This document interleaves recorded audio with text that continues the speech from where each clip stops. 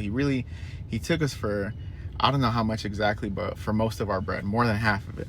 So then we start arguing with the dude to translate. He starts magically finding where the money's at. He keeps pulling some out. Eventually I get to a point where I'm satisfied with the amount that he gave me back, and we had to catch a flight. He ended up only taking like 15 from us, which I was really annoyed about. But one, I mean, you know, my shorty capped, it is what it is. So I'm like, whatever, bro, let's just go. We start going through customs. They are being just absolute douchebags, way worse than the customs in the United States. Telling me to dump all my stuff out, which is normal, but they start making a really big deal about me having some scissors in my barbering kit. It's obvious that the scissors go with the barber stuff. Like I have liners, I have regular clippers, I got a straight razor, I got everything.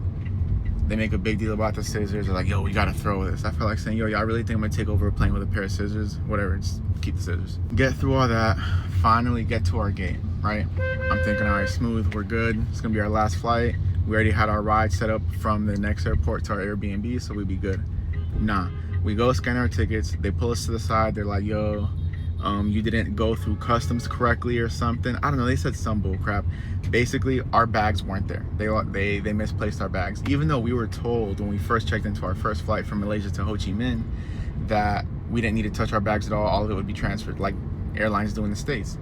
They didn't do it here. So I'm thinking, all right, I could either stay here and have to book another flight tomorrow and an Airbnb tonight and do all this last minute, or just fly, pray to God that the instructions that they give me will actually work, which what they told me was that once I get to Hanoi from Ho Chi Minh that I need to go to the lost and found desk, tell them what happened, whatever. So I'm like, whatever, we'll just do that.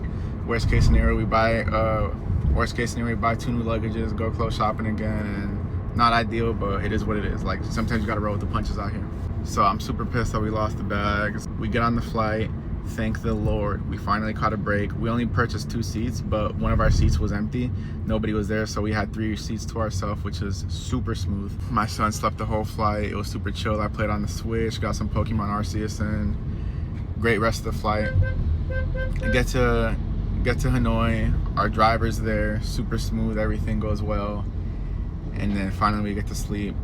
Now I'm currently on my way back to the airport to get our bags. The lost and found thing actually was a lot smoother than I thought. I really thought that when we were in Ho Chi Minh, that when I got to Hanoi, that they were gonna just give me a run around and lose our bags.